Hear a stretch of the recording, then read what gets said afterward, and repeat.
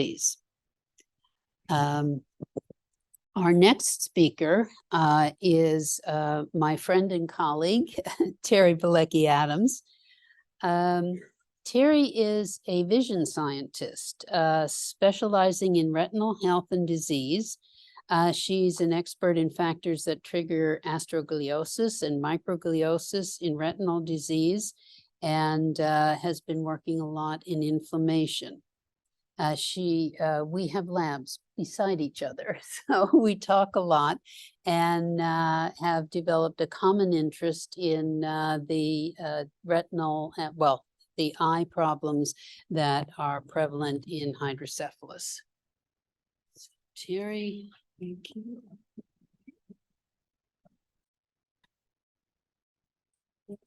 Yes, please, so I don't mess anything up with the.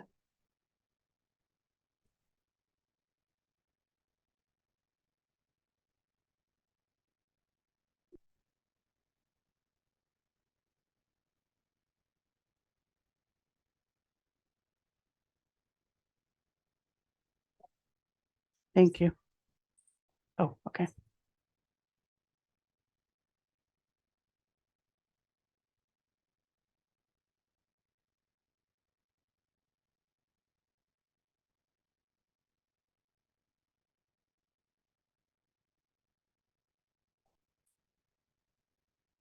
You might have to get them. Okay, good afternoon, everybody. My name is Teri Belecky Adams, as Bonnie said, and I'm going to give a different perspective than probably most of the people here. That is that I study the eye, and of recent I have been collaborating with Bonnie and Lauren and Dodie at Johns Hopkins, and we've been looking at the effects of hydrocephalus on the eye in their induced model system of post-hemorrhagic hydrocephalus. So if we look, and this is probably a perspective that many people will never see in their lifetimes of the eye, we're actually looking from the back of the eye. So this, oops, sorry about that. Uh-oh, I may need help here. I don't know what I've, nope. Oh, here it is. Okay, I better not do that then, I guess. So this is from the back of the eye, and you're essentially looking at the optic nerve here, and then the eye is way up here. And so what I would like to tell you about here, and that we really haven't heard much about today, is that the cerebrospinal fluid that circulates in the ventricles of the brain also circulates surrounding the brain in the subarachnoid space. And that is where we come into the effects on the eye, which is that here you'll see the subarachnoid space here, this little web-like gray structure running alongside the eye. That actually then terminates at the back of the globe here at the very tough tissue called the sclera on the outside of the eye. And so what you see is basically you have a very unique structure here in which the internal part of the eye here has an intraocular pressure, and then you also have the intracranial pressure on the outside of the eye, and they're very balanced with one another. In addition, you also have the blood pressure, which the arterioles and venules run inside the optic nerve there, and so they're very uniquely balanced with one another. And so when one of them becomes unbalanced, that unbalances the rest of them. And so that's what happens then essentially when we're talking about hydrocephalus. So here we're basically looking at a normal retina on the inside, and now you have the optic nerve over here, and in blue is the subarachnoid space and the cerebrospinal fluid that's running in those. When you have hydrocephalus, you have an increase in that subarachnoid space. And there really is not much space for it to go to. So when you have an increase in the subarachnoid space, it compresses on the optic nerve. That's running down the center here. And so When you have a compression of the optic nerve, quite obviously, you're going to be affecting the blood supply. In particular, you have a problem with the venous outflow from the eye. And you also have what is referred to as axoplasmic stasis, which is essentially an interruption in the flow of molecules down the axons to the target tissue, or in fact, back from the target tissue up to the cell bodies. And so that creates a lot of problems. This whole process here is referred to as papilledema. Okay, so this is what it looks like in a human when they look at an MRI. So over here, we're looking at a normal human, and this is the eye up here. So the MRI is essentially highlighting the soft tissue that has liquid in it. So that will show up as white in this instance, and then soft tissues that have less liquid will show up as gray. And so you can see the optic nerve here, and then this globe up here is the eye. And the reason why it's white normally is that there's a lot of vitreous in the center. That is kind of a jelly-like substance. And then you have aqueous humor up at the front here, and this little disc here is the lens. So this is the optic nerve back here, and alongside of it is running the subarachnoid space. And you don't see much white there, and that's because there's not a lot of cerebrospinal fluid there to begin with. In the case of hydrocephalus, though, this is what it looks like. Again, you have lots of aqueous humor there and vitreous humor, and you'll look back at the optic nerve and it looks quite different now. Now you can see that there's a buildup of cerebrospinal fluid around the optic nerve, and the optic nerve looks compressed or smaller. And that's what leads to all the problems. In this case, you also see kind of a flattening of the posterior sclera because there's a high level of pressure that's built up there, and it's kind of flattening the posterior globe. And it might be difficult to see, but you also have a little mountainous kind of process here. That is actually the edema that occurs when you have a compression of the optic nerve, and that's the papilledema, if you will. Okay, so there are lots of treatments for papilledema. However, none of them are particularly wonderful. So we've already heard about the ventriculoperitoneal shunt and the problems associated with the shunts. Patients can get Lasix, and that will help to decrease the swelling. Another surgical kind of procedure that can be done is the optic nerve sheath fenestration. And so this is what is shown in this picture here is the optic nerve fenestration. You have lots of problems that can be associated with these, such as bleeding and infection, of course. You can have scarring. You can have injury to the nerve itself during the procedure. And you may eventually have need for more surgery to open it back up if there's scarring that's occurring there. So none of these treatments is particularly wonderful, although they're helpful. But again, we have need for more kinds of interventions, particularly pharmacological. Now, papilledema is not just the result of hydrocephalus, but it can also be the result of multiple other types of diseases. Brain tumors can impinge upon the optic nerve and have the same kind of effect. Cerebral venous thrombosis can occur. Lots of things can actually lead to this papilledema. So again, by coming up with different kinds of treatment options, we may be helping out not just the hydrocephalus community, but also other communities as well. So what are we lacking? We're actually lacking a relevant animal model system in adults, okay? So what can we do if we have an animal model? Well, first of all, we can study the exact mechanisms that lead to the papilledema, not just the early parts of the papilledema, but also what happens later during papilledema. We can identify new therapeutic targets. That, of course, is a big drive in the grant that we received. And then we can actually test some of these pharmacological treatments as well. And so Bonnie and the group at Hopkins both have their treatments that we're going to be testing to see how successful they are at reducing or getting rid of the papilledema. So as part of that, we are trying to then come up with an animal model. And so what would we look at? What would we look for if we were looking for a fantastic animal model? The first, of course, is that increase in the cerebral spinal fluid that is surrounding the optic nerve, like we just saw in humans. We're going to be looking for an increase in the width of the optic disc. That optic disc is the part of the nerve that's actually coming into the eye. And then we're going to be looking for an increase in the nerve fiber layer. That is basically the process of the axoplasmic stasis. So the axons get bigger as they build up protein that can't get out of the eye. And then we have changes to the vasculature, particularly venous engorgement is known to happen. And then finally, retinal ganglion cell death, which the retinal ganglion cells are the cells that are actually projecting out of the eye through the optic nerve on their way to the target in the brain. All right, so we know what we're looking for. And so the first thing that we did was we looked around for model systems.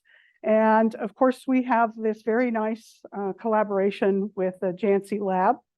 And she has developed this model system where the first thing that they do is they inject lipopolysaccharide, which is basically an bacterial endotoxin that will increase inflammation. That is basically because inflammation comes in many forms with hydrocephalus. Then a few days later, there's an intraventricular injection of the littermate's lysed red blood cells. And then what that does is basically reduces the outflow of the cerebral spinal fluid from the ventricles. And that is going to lead then to the hydrocephalus. And so Lauren has seen in many of her studies that this treatment basically increases ventricular volume. As you can see here, the ventricular volume itself has increased, as well as the opening pressure of these post-hemorrhagic hydrocephalus rats, excuse me. All right, so we can see that this is a fairly reliable model.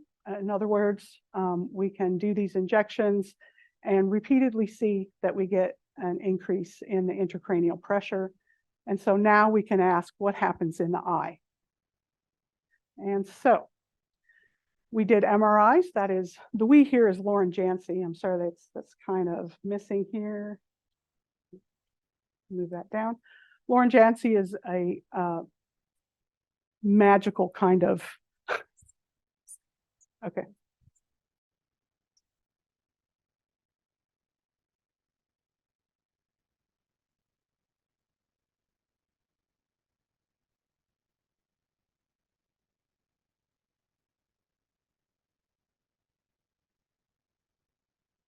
Anyway, Lauren is a magical PI. She can do just about anything. And this is a fairly difficult procedure to perform in rats because their heads are so small. But she has been able to obtain these very nice MRIs in the rats. And so if you look here at the sham control, again, you can see very similar to what we saw before. You see the eye here, and on the inside, you see that humor. On the outside, you see the nerve flowing outwards, and along the side there, that dark black region is where the cerebral spinal fluid would be. And of course, in the normal animals or the sham animals, you don't see much of the cerebral spinal fluid there. And you can see that the nerve head actually looks fairly normal here. In the post-hemorrhagic rats, what you see again is a buildup of that cerebral spinal fluid, and it is compressing the optic nerve, just as you would see in humans. And it's difficult to see here, but you can see an increase in the optic disc region or optic nerve head. All right, so that's a good sign. Hopefully I can advance the slides here. So the next thing that we wanted to ask is, if we look at those optic nerve heads or optic discs, is the optic disc enlarged? And so to do that, we basically took sections through the eye and we looked in the optic nerve head region, which is right here. So off to either side is the retina, which is that part of the brain that actually transduces the light signal. And then we have retinal ganglion cells out here, and they send their axons through this region out to the target, okay? So you can see in the naive, you have the typical looking optic disc here, and if you look in the post-hemorrhagic rats, you in fact do see a much larger optic disc region. And when we actually do the measurements and we compare them, there is a statistically significant enlargement in the optic disc width in these rats. Well, that's one way to measure the optic disc. Another way is to look at the discs with optical coherence tomography, or OCTs. And in fact, this is what the OCT looks like. An OCT is basically the ability to look inside the eye. So you basically wheel a little camera up to the eye and you look at the inside, but it's non-invasive, okay? You can look at the blood vessels here. So these are the blood vessels coming into or leaving the eye, and here is the optic disc. And so that optic disc region, if you take measurements of that, you can again see that there is an increase in the size of the optic disc. So this is just another measurement telling us that there is in fact an enlargement in the optic disc. All right. Well, eventually I'll get the hang of it. Now, another way that we can use the OCT is to actually look with frontal sections through the retina, and you can look at the retinal layers. And so this again is an en face look of the optic disc and the vasculature, and these are the sections through the retina, and you can see the layers of the retina here. So in the naive animal, you have a fairly normal looking retina. When you look at the post-hemorrhagic animal, there appears to be a decrease in some of the layers. We have these sort of strange structures popping up every once in a while, which we didn't really understand. We didn't know what those were. So we did histological sections again through those regions to see what we were looking at. So again, this is a normal looking retina stained with hematoxylin and eosin. And this is one of those regions that was highlighted in this picture. So if this green line is basically telling you where they took that section, the frontal section here. And when you look at that region in histology, you can see that rosettes have formed. Now, rosettes are found a lot in retinal diseases. It basically indicates that there's a loss of some of the structuring of the retina, and probably also a loss of function as well. And you can see that there is in fact kind of a reduction in some of the layers as well. All right, so that's telling us a little bit about what's going on there. The next thing that we wanted to look at though was to look at the nerve fiber layer. And we wanted to look at the nerve fiber layer because that is the region where those ganglion cell axons travel on their way out of the eye. And if you remember, I told you about the axoplasmic stasis and the fact that we might see swelling there in those axons if there is compression of the optic nerve. And so the person who did this, I'm sorry, Michelle, your name's not showing up here on all these, but the person who did this is sitting right there. And so when you actually measure the nerve fiber layer in the naive and then compare that to the post-hemorrhagic animal, you do in fact see an increase, but it is not statistically significant. And that is probably the only thing that we saw that was not statistically significant when we looked. All right. Now, the next thing that we looked at was to look at those retinal ganglion cells just to determine if we were losing any of those cells. In other words, what is the health of those retinal ganglion cells? Once you lose those cells, you're losing part of your vision. So what Michelle did was to take sections through this, through the retinas of the naive and post-hemorrhagic model and stain them with markers for retinal ganglion cells. So she used BRN3A, which is a transcription factor found in retinal ganglion cells, and RBPMS, also found in only retinal ganglion cells. And so this is a typical picture you would see. The rest of the retina is up here, and here you have the ganglion cell layer, and you can see lots of nice little ganglion cells in there. And when you look at the post-hemorrhagic, you see that there is a large reduction in the number of retinal ganglion cells. And in fact, Michelle looked in several regions of the retina, 300 to 500 microns from the optic disc region, and then 1200 to 1450 microns from the optic disc, and 2000 to 2250, sorry. And what she saw was was a loss of retinal ganglion cells in the region closest to the optic disc, okay? All right, and then the last thing that we looked at was the vasculature. Remember, I told you that the vasculature is also moving through the optic nerve, and that quite often you see a problem with venous engorgement. That is, the blood supply that's come into the retina having a hard time leaving the retina. And so we had Rebecca, who was an undergraduate in the lab, was directed by Michelle to basically measure the area of this vasculature that's running in the retinal ganglion cell area. And in fact, when you do that, count the number of occurrences that retinal ganglion cells are within these size ranges, so 0 to 100 microns, 100 to 200. And in fact, what you see is that the vasculature from the naive animal runs in the smaller size ranges, so 0 to about 300 microns, whereas the vasculature from the PHH model is running in the larger ranges, so 200 all the way out to 600 microns and even larger. So we are seeing an enlargement in some of the vasculature. We have plans to do more studies on that to see what's actually going on there. And is it found in just a region of the retina, or is it all over the retina, et cetera? All right. So in summary, then I'll just say that in comparison to naive rats, these post-hemorrhagic hydrocephalus rats have an increase in CSF surrounding the optic nerve, have an increased optic disc width in sections and OCT analysis.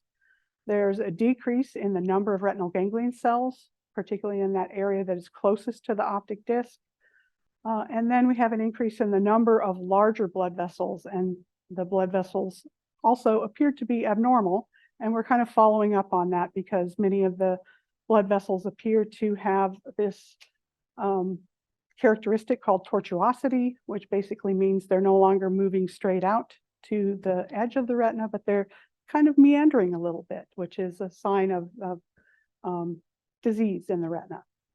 In conclusion, I'll say that the post-hemorrhagic rats show many of the characteristics of the patients with hydrocephalus, and we're going to be continuing on and also characterizing the traumatic brain injury model system that the Hopkins people have developed.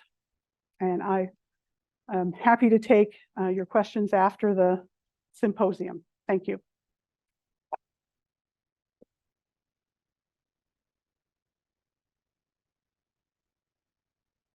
Oh, and then disappear.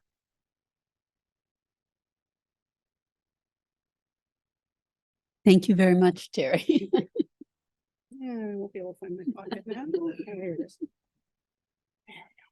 Thank you.